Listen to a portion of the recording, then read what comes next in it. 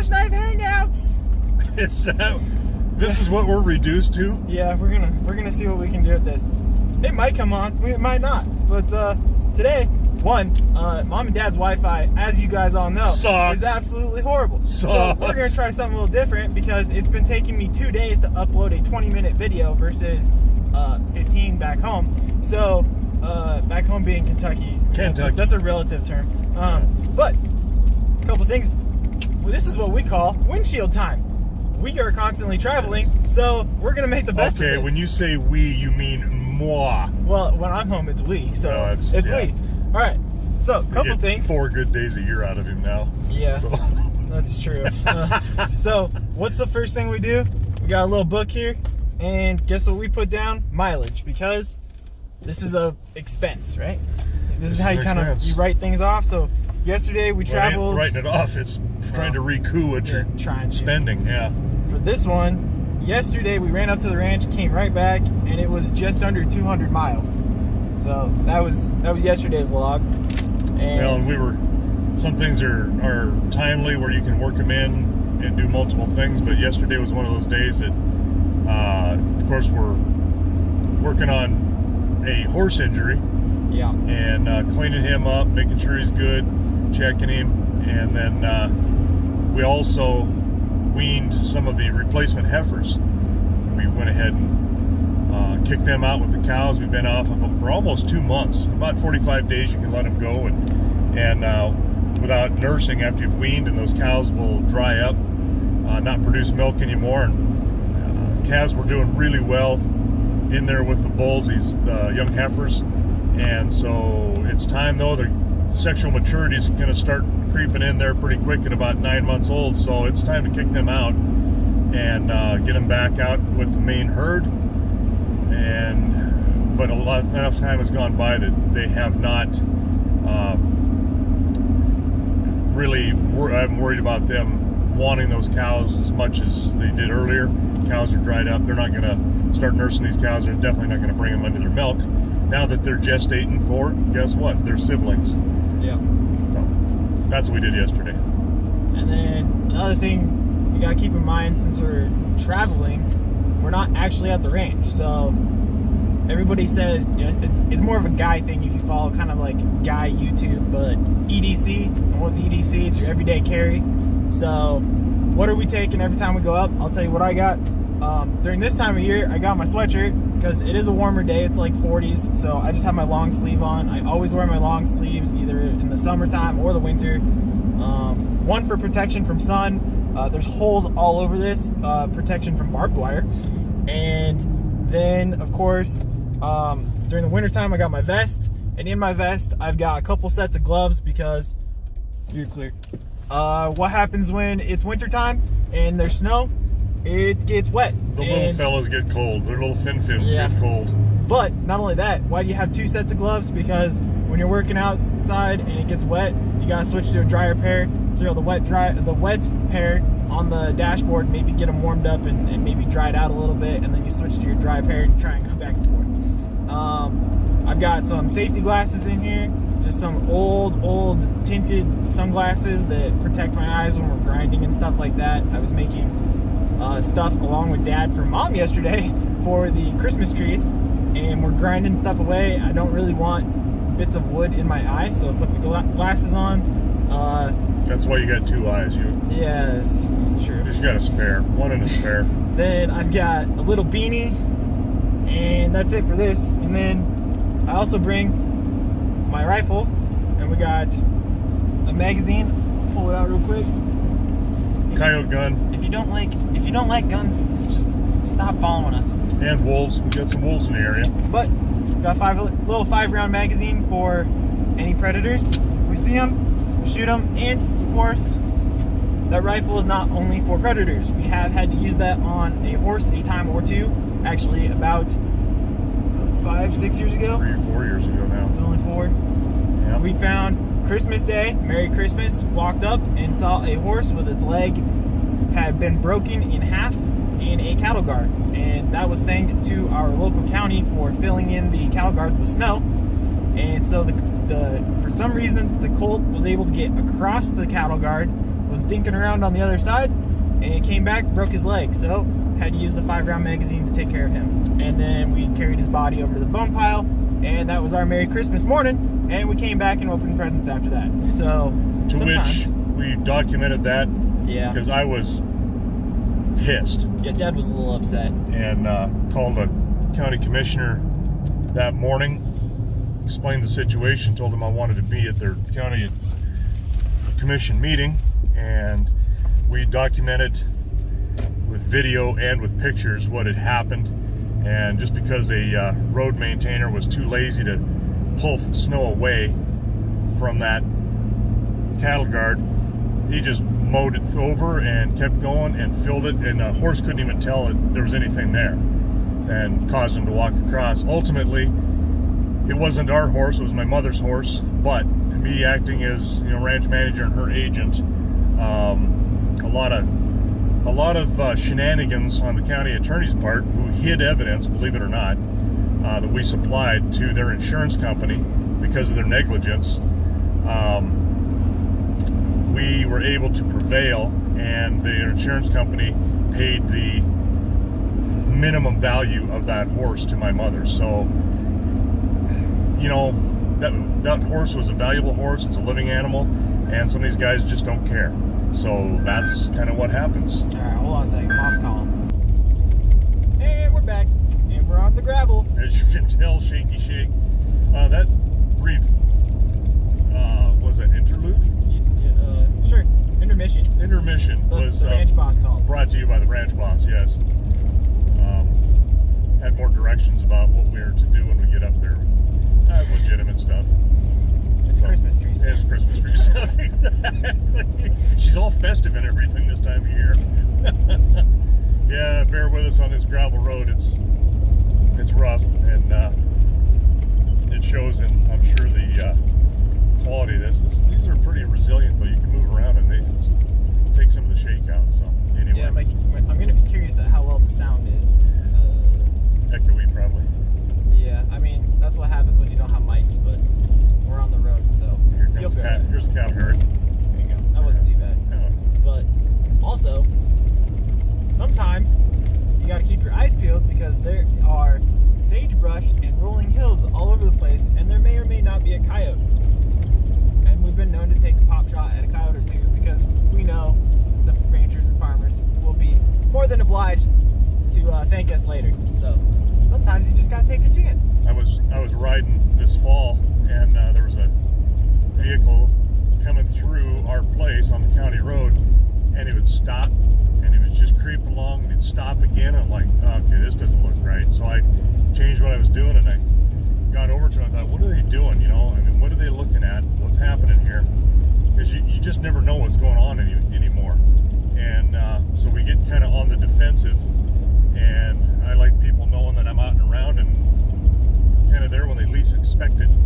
And so I was able to ride over to him before he saw me, and I thought, well, at first, you never know, maybe he's got some vehicle trouble. And I asked him that. I said, hey, everything all right? You got pickup working okay? He goes, oh yeah, I was just checking my hunting map and making sure I was where I was at, which I think he knew where he was at. But with all of the electronic type stuff we got now, it's like it's hard not to know where you're at, which is a good thing and kind of a poor excuse at the same time. But then he says, hey, is it okay if I shoot any coyotes?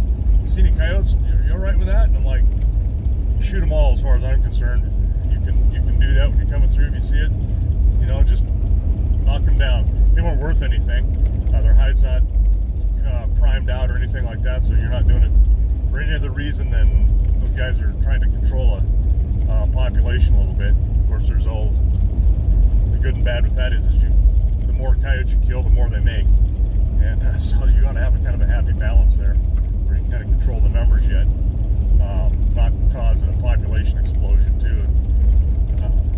Some of the game, the rabbits, small game and stuff that they chew on. We had by the way, an ethical dilemma the other day. I wasn't there, but I heard about it. Yeah, Braden and I were going up the road. We saw a coyote in the middle of a prairie dog town hunting. It's like, do you shoot the coyote or do you let him eat the prairie dogs? tough one. I think we all settled on you let him pass. We give And him the next a time pass. around, then you'll come get him. The next time around, he better have a prairie dog in his mouth, or Cattle he's guard. not doing his job. There's a There it cattle is. guard. Yep, not too bad. But so there are some life's dilemmas. Like, what do you do? That's one of them.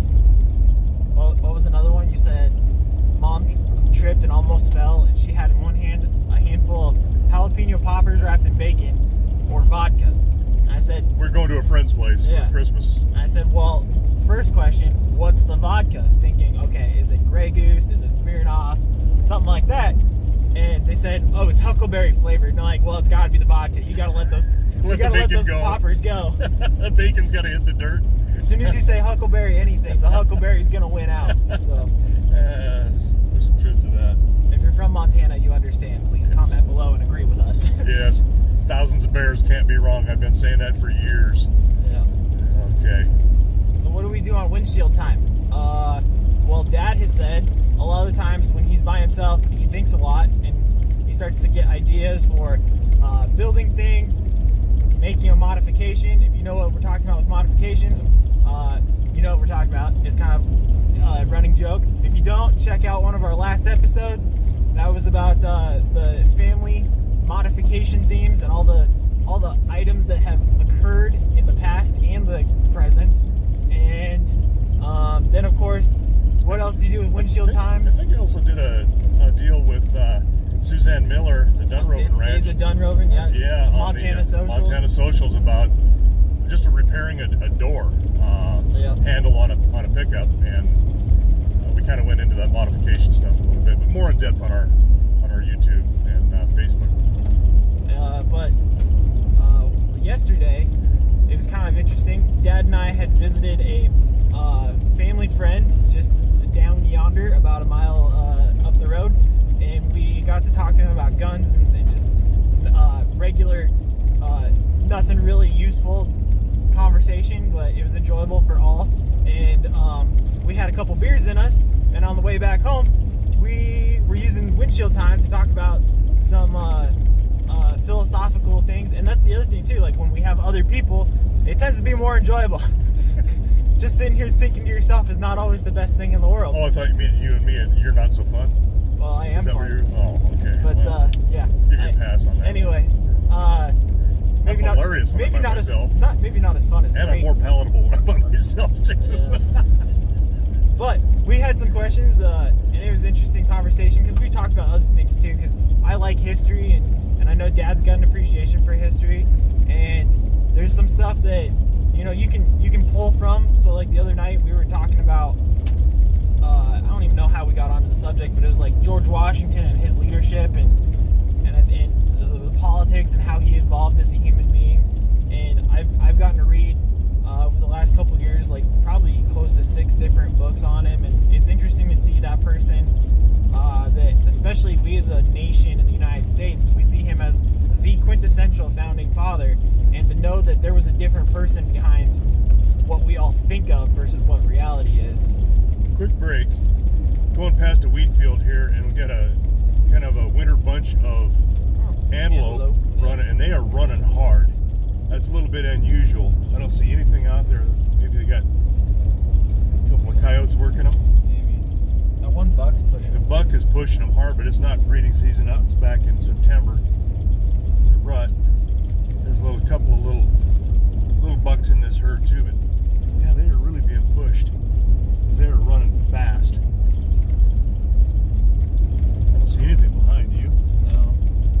There's quite a few bucks in there. Yeah, there's a few bucks in that. That's not necessarily normal. I mean, that little bunch is in through here all the time, but Yeah. anyway, sorry. George Washington and leadership conversations, Yeah, it's politics, whatever. It's just interesting because we had kind of a conversation about George Washington, and then yesterday we had probably like a 45-minute conversation on religion, and that we're not always just I guess that's my point. We're not just the guys that go out and we're unskilled and we just do some welding and putting things together and deal with looking at the back end of a cow. Sometimes we can think things through and we can have some good ideas too. It's just People don't always hear that, I guess. I think there's a perception that people in agriculture are largely, look at that, a crow, big crow. They're largely uneducated or not very well educated. And some of the smartest people I've known in my life had no college education. Or finished high school. And they had an appreciation because they went back and they self-taught. Grandparents, there's a lot of people my grandparents' age that were like that. Part of that was war effort. The guys were going to World War II and come home and they just went to work. So some chose, some before that, did not have the means to go to college, and they didn't finish high school because they were needed to run a place or go to work because family members got sick. I mean, these are some of our story with sides of our family. But smarts has nothing to do with going to school, because some of the dumbest instructors I ever had were college instructors, and they were just, the reason why they were teaching is they couldn't have made it on the outside. I mean, there's a few of those, and I think we've all experienced that. Well-meaning, but they found their niche in, I don't have to do much because I don't have to think, but I'm going to tell you how to think instead of teach you how to think. Another rambling thing we could go on to, but there's a lot of people in agriculture that have college degrees. Again, we did an episode, I think last week, wasn't it, on? Yeah, I think it was. Yeah, it was a week ago, on the demographics of young people not being in agriculture. It's an older demographic that is in ranching, farming, and because the young ones have been sent out to go to college and not do this and not work hard your entire life until you die. But a lot of these kids have come back, and they're well educated. Some very well educated. I mean, myself, I don't consider myself super well educated. I went to school at MSU, or then it was Eastern Montana College. It was in Billings, but now it's part of Montana State University. And so, I mean, it's not like a Harvard degree, anything like that. But at the same time, while you're doing that, you're working, and you're picking up skills, and you're picking up real life, real world type of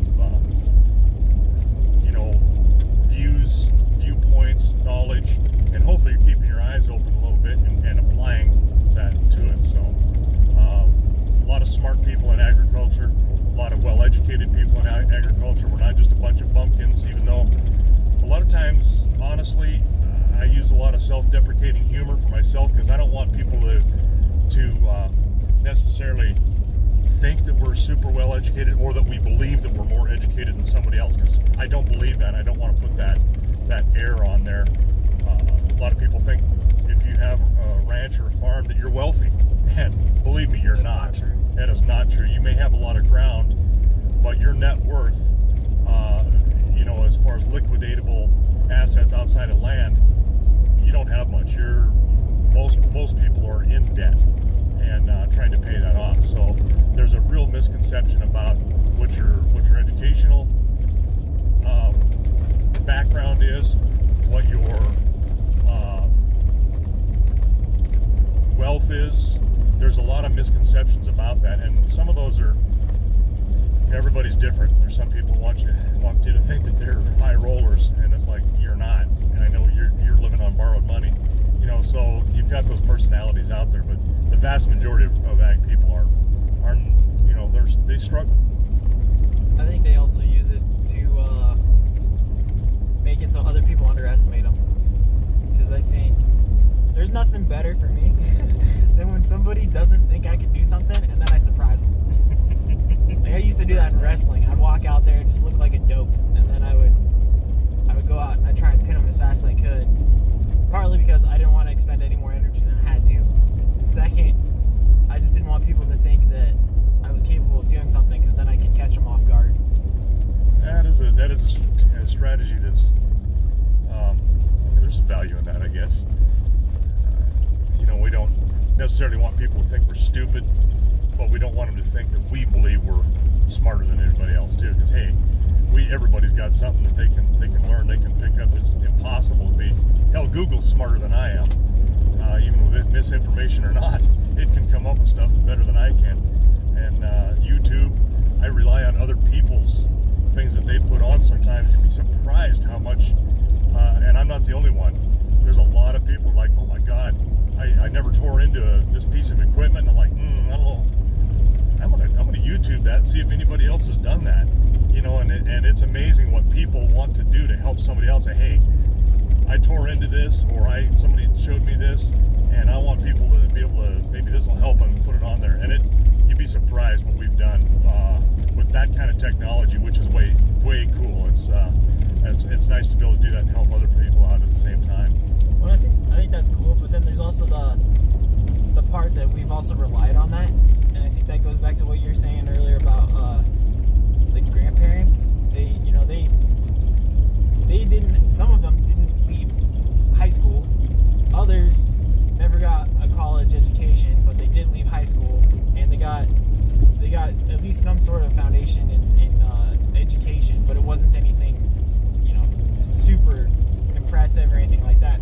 But I think what you pointed out is before they read a lot, and yeah, I've heard you say multiple times, Grandpa would if he couldn't sleep, he would just wake up and he would just start reading, and until it needed to go do work, and then he would go work. And we've relied so much on technology and social media and stuff like that. Entertainment too. And entertainment, that maybe that's part of the reason why they were so smart and they didn't need that education, is because they were able to read and get into deep dive into subjects that we either don't have an interest in, or we just don't need to anymore, because we rely on technology, social media, and YouTube and stuff like that. Well, there was a lot of that self-read or that self-education knowledge. That's how they did that. I mean, yeah, they had nothing else, and it was for them. It was an entertainment, but at the same time, they learned something. Now we tend to want to just be entertained. School is something that you get through. It's like my grandpa Yates Allen, my mother's dad. He had to quit school, and I believe it was around the 8th grade, because his dad got sick. So it was up to him to get a job and bring in extra income to be able to support everybody. And my dad's dad, Wayne Carpenter, he said he went through high school, made it all the way through high school. He said he went in the front door of his freshman year, and he spent 2 weeks and went out the back, and he started working on the ranch and doing different things. And one of them was working in a still, whiskey still during Prohibition, and that one too was to keep a ranch together and keep going. It was J.R. Sterling's place, and that was just what you had to do. He didn't have to do that, but it was something that I think was it was probably encouraged more than or wasn't discouraged. Let's put it that way. So he's a freshman in high school, drinking bootleg whiskey and smoking Bull Durham cigarettes, pushing cows around and working in a still. I mean, people do what they need to do, and that's just kind of the history. But then I think people appreciate the value of that more later on as they age. I know now there's sometimes I would love to take some college classes and on some certain subjects. That seems really fun, and I'd love to. I kind of got the time to do it, maybe a night class or something, but at the same time, I don't have the time. They're also expensive. It's expensive. Even if you just want to do a class for just for the kick of it, I don't even know what the cost would be just for one class, because then you're going to be a part-time student, right? And you pay more as a part-time student than you do a full-time student. That's a lot of money for entertainment purposes, if you call it that. I mean, you could probably, again, now there's plenty of resources out there that you could really dive into a subject on your own and treat it almost like it's a research type of paper or project. But yeah, or spend that money in just the books and read the books. no, really. I mean, having somebody else's perspective about it is kind of good, even though you may or may not agree with it. But that's kind of what makes you use those critical thinking skills a little bit. That's true. So, kind of think about JR. You've talked about him quite a bit. Did you know him personally? No, I didn't. I was around. I was born in the spring of '63, and I think he died, I believe, it was in '64. But it was, I think, and I don't know the exact date, I'm just pulling this out. I thought it was like the summer or fall of '64. He died in Billings, but I do remember he was in the hospital. I think he had taken a fall and broke a hip. He was born in 1880 and died in '64. So he was an old man. He was pretty old, and he was a tough man. I mean, people did not it didn't cross him much. He had a backbone and wasn't afraid to use it. But he had very strict and strong personal things that he would do. In fact, at the ranch, Careless Creek runs through that ranch, and he would not drink Billings City water. And I don't blame him, because it's, recycled. Well, then it had tons of chlorine in it. You could smell the water. And he was in the hospital, and they couldn't keep him hydrated like they should. Of course, this is, 64. And so my Aunt Jessie, in desperation, went and grabbed a mason jar, found one, and filled it with water. And apparently his sense of smell was maybe worse than mine, I don't know. But brought it to him and told him that, she had gotten it out of the creek, and because he would drink water out of Careless Creek, one little well they had that was fed by Careless Creek, and then he would drink. Wind was just howling. And my grandpa Wayne and guys of that area, and J.R. Sterling, his stepdad, those guys wouldn't drink water normally. I mean, they would drink coffee, but they would not drink water. I don't believe I ever saw my grandpa Wayne take a drink of water unless it was out working in the heat and we had a water jug with us. But if we were in the kitchen or at the house or at a restaurant, he never took water. I could see him taking out of a water jug, and we would freeze. Yeah. Make a big ice cube in the bottom of an insulated water jug and keep that on a swather or a baler. That's the only time I ever saw him do that, and it was rare. He might stop to grease the thing or stop at lunch, and he reached down and he'd pick that thing up and he'd tug it back and take a couple big swallows, and that was it. I mean, they didn't like the water. The water wasn't really fit to drink in a lot of places, so they made coffee, and that's what they did. Anyhow, did you see a pop can just go flying across the road? This wind it's significant. See, if you're familiar with Montana, you get wind, but today is a little breezier than normal, and it's throwing the car around a little bit. Yeah, it is a little higher profile. It's a 4Runner, so it makes it a little more difficult, but it's a little mini SUV that is pretty dang handy. 4-wheel drive, and we can get some stuff in it, but it still gets good mileage. And now that the boys are gone, it's just Lisa and I, and she's tiny, and so I take up her space. Yeah, the dogs. Yeah, we're gonna have something to pack her dogs in, or our dogs. They're our dogs. They're her babies, so she's replaced the boys with them. But we don't need a big vehicle anymore, so we got this little one. But then those big vehicles aren't affected by the wind like this is. I'm having to drive this thing with both hands. I'm kind of fairly defensive, and then at the same time slow it down just a little bit, so we don't have to do the speed limit. It's better if we don't when we get slammed around like this. I'm watching tumbleweeds go across the road like it's in the middle of Yuma or Arizona in the high noon. And not just slowly meandering, they are zipping across.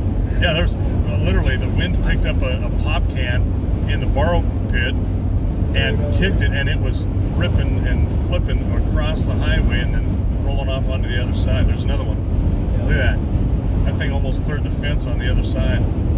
Well, I'm seeing dust get kicked up, and this is where you think back, like, this is what probably, this is a sense of what the Dust Bowl looked like in the 30s. And that's what's led to things like strip farming and whatnot to try and save soil and. Well, look at our across here. We got some soil, some dirt being kicked up in the air around us here. It's kind of hazy. The camera wouldn't pick that up, but it's probably not. Yeah, it's hazy around there because it's dust in the air. Well, you said there's always stories about JR, right? Yeah. And I remember hearing one about how a guy was trying to make money off of a bronc that he would take from town to town. Oh yeah. And JR was an old man. And well, he wasn't that old. He wasn't that old at the time. Okay, it was just perception from the storyteller, probably. Yeah. Well, there's a little town north of Reigate. Reigate was a big town. I mean, it was a good sized burg that the Milwaukee Railroad ran through. And it was Reigate's 30 miles east of Harlowton, where the the semi's gonna jack us. There it is. There we go. And that's where the roundhouse was, which the roundhouse really is a house that is on tracks and rollers where the locomotive would unhook on the track and come up into the roundhouse, and then they would spin it around 180 degrees because it's the end of the line, and then send it back the other way. It would hook up to trains on the side tracks and then go the other direction. And that's how you get, like, with Harlow, that's how you get people with mascots like the Harlowton Engineers. Right, yeah, things like that. So, Franklin is that is a lot of dust. Right off the top of that. There's a small town north of Reigate, and Reigate had a butcher shop, they had a jeweler. I mean, they had a lot of lumber yards, several bars. I mean, a bustling burg. And Franklin is about 7 miles north of that on the Burlington Northern route, where those two cross a little bit west of or east of town. Anyway, Franklin had a bar, and at that time there was a guy coming through, and there were some scam artists. And that's what he was, and he was riding a horse, and he was pulling a horse with just a halter and a lead, and he would stop from place to place, and he'd make bets. He'd stop in the bar, the saloon, what they had there, or whatever little bit of watering hole, and he'd get some of these guys to make bets. And they said, "You think you're a pretty good rider?" He says, "I got this bronc. I'll bet you X amount of dollars," and they'd all pool their money together. And they'd have somebody get on this horse, and of course, this horse was a pretty dang good bronc, and it would buck him off. He'd collect the money and be on his way. And so, just kind of one of those slick salesman type guys that had a little something that would challenge guys. Guys drinking beer, you don't even have to double dog dare them, and they'll do it. So. Well, JR happened to be in this bar there at Franklin, and this guy come through, and I don't remember exactly what the money was at that time. It seems to me, I think Grandpa told me somewhere in the neighborhood of $25 was what they had a pool, which that was a ton of money. Back then, you're talking equal to a couple $100 now, and money guys didn't have, but apparently they had enough to drink in the watering hole, and old JR could ride. Now he never wore boots. He always wore flat-soled shoes, and the reason was he had gotten his ankle shot at about 15, 16 years old. He was in Oregon doing something he probably had not have been doing, and somebody shot at him, and he took a 30-30 slug to the ankle. And he made his way out here in a covered wagon, and he had tried to heal up with this wound. What he did all day long was shoot metal arcs with a 22 out of this wagon. Somebody would grab him, and they'd breast him out, and that's what they had for meat for supper at night. So this is how tough this guy was. This is years later. Couldn't wear a boot, so he had this flat-soled shoe because of his ankle. And flat-soled shoes are not something you ride a horse in. They've all put up the money. This guy says, "All right," and they put a saddle on this bronc and eared him down, which means just biting that ear and making him distracted with the pain in the ear so that they could put a saddle on him. And have you ever seen John Wayne and the Cowboys? There you go. There's a scene right at the beginning of the movie. It's a long movie, but he's teaching the little boys how to ride horses, and he says, "Ear him down," and he grabs him and he bites him on the ear, and you can see it in that movie. But yeah, and they do that at sometimes some ranch rodeos, things like that. And I've seen it done. I mean, I've never done it myself, never felt the need to, because we don't rough stock. Yeah, we don't rough stock our animals, but so they ear this horse down and get the saddle on him. JR gets on him and turned him loose, and JR was one hell of a rider, and he started riding this horse and kept riding him, and all of a sudden this guy can see that he's going to ride this horse to a stop, and he may ruin this horse, because you don't want the horse. Yeah, don't want to teach this horse that he can't buck somebody off, because it can ruin him. He'll not do that again. If he's successful, he'll keep doing it. And he could tell JR was going to ride this horse to a standstill, and he's hollering on him, "Stop, stop, stop, get off my horse, get off my horse. I'll give you the money, I'll just give you the money, get off my horse." And so that kind of gives you an idea, whole JR, how talented, athletic, and he was a freaking specimen, I guess, as a young man. And he's done some things. There's lots of stories that I was told of things that he had done, and well, tell him about how we suspect how he got the ranch. Yeah, maybe not that one. Yeah. But how about I think he was well known for being a good person too, right? To the right people, he was a good guy, and he really tried to take care of them. Yeah. And there's a story where a guy was he foreclosed, right? Or he lost his place. The bank was going to foreclose. Let me finish up with his riding story. One just occurred to me real quick. He had hired, and he's in his 70s, but he hired some kids from town that were pretty good bronc riders. I mean, they liked to rodeo a lot, and they were pretty good riders. And he would buy a lot of horses. He had a lot of horses. When they moved out across the pasture, it looked like flowing water. There were so many horses, and hundreds of horses. And so he was hiring these guys to ride them out so that he could sell them and get them sold to the Army. Was picking up horses still at that time. Oh, of course, probably going into World War I. Well, then it was early World War II, where they still had some mounted stuff. Yeah. But anyway, and just sale horses. These kids they had some of these horses they couldn't ride. They're getting bucked off. And he says, "Yeah, you guys are riding these horses like a bunch of old women." He said, "You need to figure out what you're doing." And they challenged him. You know, they're young, they're in their "All right, late old man, teens. you show us how to do it." Exactly. He said, "All right, old man, you think you can do that?" So he crawls on this horse, flat-soled shoes. It doesn't help him stay in a stirrup, and he rode that horse that was bucking them off, to a standstill. Gets off and said, "There, that's how you do it, you little punks." I mean, or words to that effect. So, yeah, he was at 70 years old, could ride a horse that a teenager or young 20-year-old who's in his prime couldn't ride. Yeah. Anyway, there was a neighbor, and I say neighbor, he lives south of us, actually, because we're south of the river. The place is north. And they always had they had a lot of draft teams. JR, they did a lot of haying by horse. That's all you had. And it was those days where everybody was losing their places. The banks were foreclosing on them because markets were bad. Sounds like normal, right? Yeah. So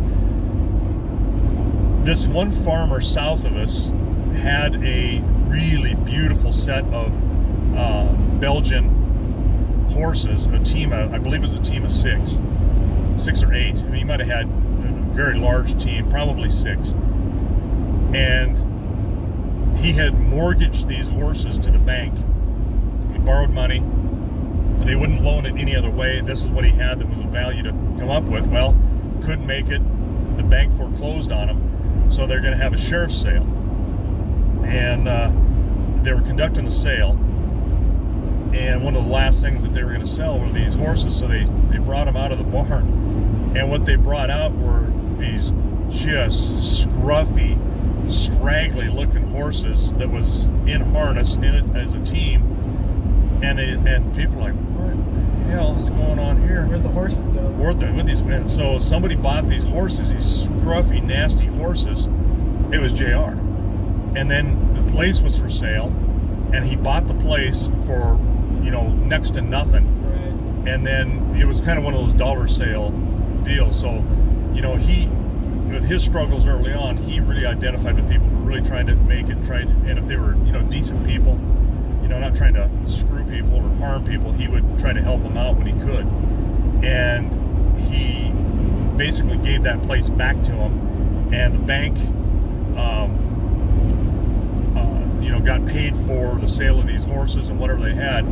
And the owner of the place, he said, it's like, what? You know, he was surprised. He didn't know that this was going on. I mean, the look on his face when he saw these horses that morning.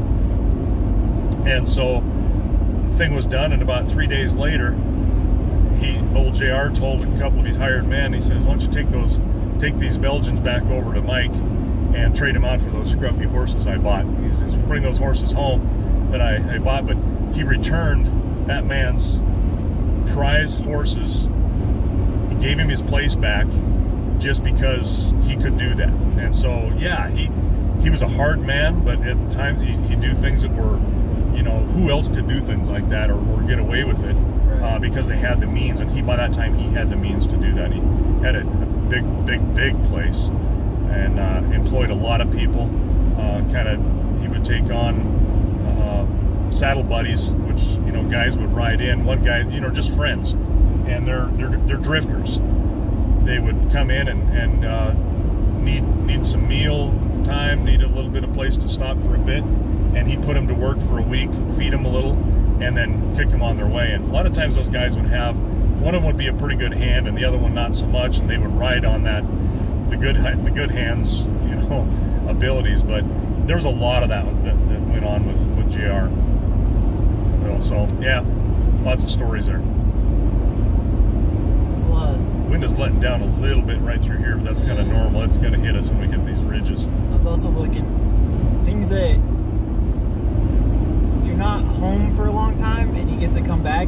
You see these old shacks and stuff, and that's just, if people haven't gone through the middle of nowhere, Montana, you get to do it for the first time, and you'll appreciate it. I'm looking at an old homestead that has some old corrals that, frankly, they're probably still used to an extent. Looking at it tenderly, yeah, very, very gently. Then we've driven by two towns, Comanche and Broadview, and they've got, but these two specifically have the grain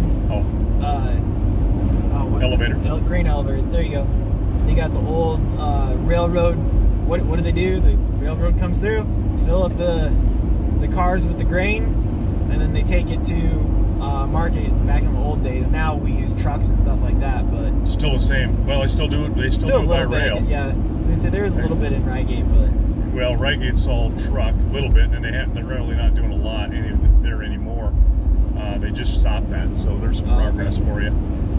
Comanche, that elevator hasn't ran for a while, but Broadview still does. You know, they got elevators, and the railroad stops are on the Burlington Northern, which we're kind of following the Burlington Northern loosely parallel. It's a couple miles down the road there, but we're going to move and we'll go under it. Well, and then the truss. It goes back to what you were saying before of people think you're rich and you got all this money, but I'm looking at two pieces of land on either side of the highway, and their fences are pretty old. I'm looking, they've been spliced every other rail or every other post. When the wire itself has been spliced, or it's been turned around and fixed, and they're just piecing it together. They've got old cedar.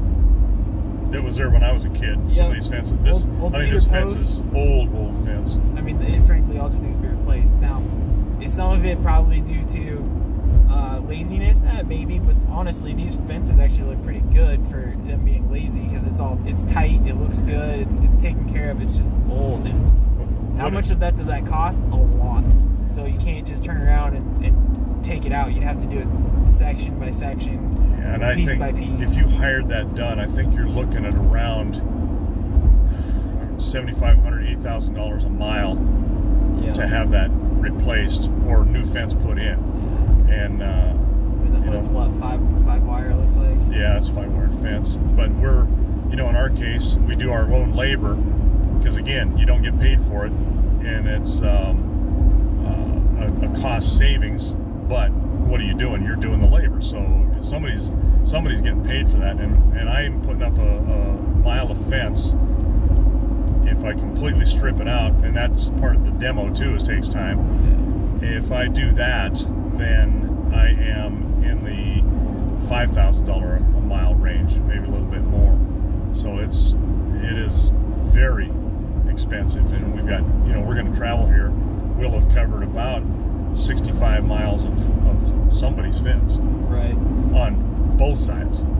Well, and then you got to think too. There's the other pieces of putting your fence together. Okay, I'm going to tear this out, which means there won't be a fence. So what do you have to do to get to that point? You have to move the animals so that they're not in that pen or in that pasture.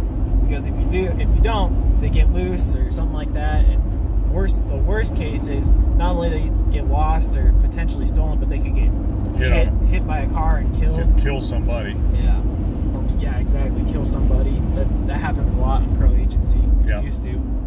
There's parts of the road that horses just are turned out loose, and they'll hit them with a car, and it's like hitting a moose. Right. Now that north side, that fence we rebuilt a couple of years ago, completely tore that out, and it was put in by I believe my great grandfather put that fence in,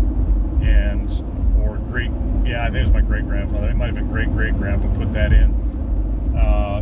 And we demoed that entire, just under a mile of fence, and put brace posts in, put the fencing, the gate posts, corner posts, did everything we needed to put in ahead of time, and put that in with the fence line, and just didn't put it in. Had everything set, and then we took all the wires off.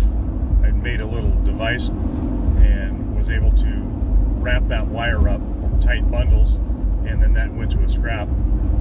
Then set in our wire, put in our posts, put the rest of the wires on, and it seems like that's all there is to do that. But it took a couple of days to demo, 3 days to demo that fence, and then another.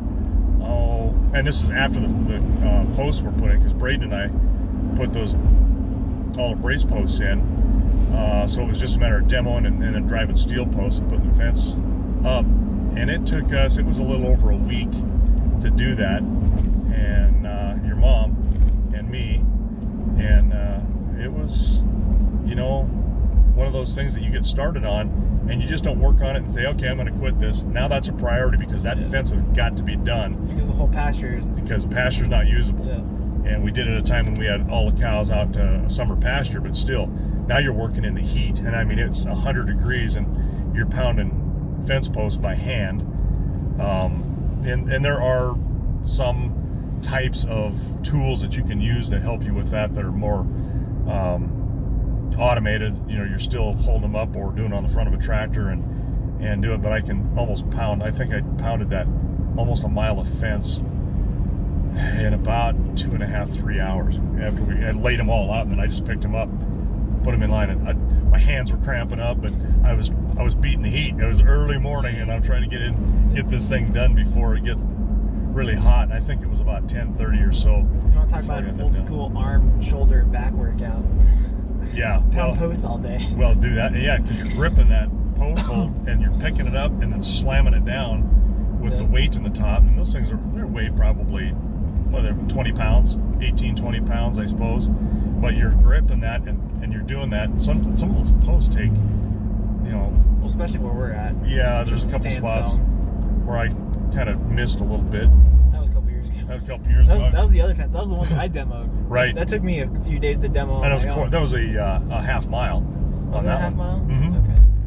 Yeah, because it's a quarter section, so you go a half mile on that fence. I know there's like six strands on that fence, and it had been there for so long that the dirt had covered the bottom. Yeah. Occasionally too, but definitely that last strand, and I was trying to pull that out of the dirt. That was fun. That was really fun. That's sarcasm? Yeah. Okay. I can't pull that. I'll tell you what, when you got like 3 or 4 inches of dirt over the top of a wire that's disintegrating, clear right. it's almost impossible to get it in one good pull. It just falls apart in your hands. Yeah, it's tough. Hell, and then some of these rock areas where we're trying to drive posts into, it's sandstone, and I'm literally, you can whack on a post for 200 strokes before that thing is in. Before it cracks the sandstone. Yep, and I missed that one time. Yeah. Go ahead. Well, I couldn't do it, and I was like, oh, I can't get this. Can you get it? And he's like, yeah, maybe, because old man strength over here can get it done. I was like, all right. And so I started going and taking care of some of the easier stuff that I knew we could get done, because I'm just trying to get things lined out. And the next thing, I'm hearing ting, ting, ting, and suddenly there was not a ting, and there was more of like a oh. I was like, okay. I turned around, and by that time it was only like 3 or 4 seconds, and there was blood coming all the way down his face. And I turned around, I was like, "You all right there, princess?" Yeah. I didn't get quite the retort back that I thought, and I was like, okay, he's probably hurting a little bit, so I'm gonna leave him alone. I took care of my thing. I came back, and he had a good, like, right on the top of your head. It'd been like a perfect star, and it cut him open. It came down. You thought you maybe fractured your skull. Yeah, maybe your mother thinks I did. I don't think I've acted any differently. Well, right on top of things, but yeah, it was just dumb. I'm just trying to get more out of this thing, and I'm raising that too high, and it hit the edge. That pipe driver come off the post and hit the top of it. When I pulled down it with all my strength that I could, all it did is just cantilever right over, just pivoted on that and smacked me in the head. Of course, I had a straw hat on, and as soon as it did it, I went, yep, here it comes. Scalp wounds, they bleed like a stuck hog. So I took my hat off and kind of uncrushed and threw it off, and then I bent it over so that all the blood wouldn't run in my eyes, so I could actually see. And so I'm just kind of standing there letting the blood run off the top of my head. You know, it's going to be a couple minutes and it'll quit bleeding, but yeah, that left a pretty nasty gash. And yeah, your mom says, you need to go to the doctor for that. You gotta think, there's a divot right there in your that hit. And I'm like, what? Please push on it more. Yeah, exactly, yeah. And he's like, no, they ain't gonna do anything, and as long as it isn't causing any other major problems that anybody notices, and, you know, half of my face paralyzed, or, you know, I can't see, or God knows what happens to your reasoning skills. I think I've gotten sharper, actually, by the way. And so you just let that heal up and keep going. But yeah, there's some pictures of that. It's kind of nasty, and it made me I don't know where they're at. Made me instant mad. You know how you do that? You go, God, that was stupid. So yeah, it's not easy work. Well, today we are filming on the phone, and it's saying we are filling up maximum time and space, so we might just cut it a little short today. So with that, I think we will thank you until you're better paid.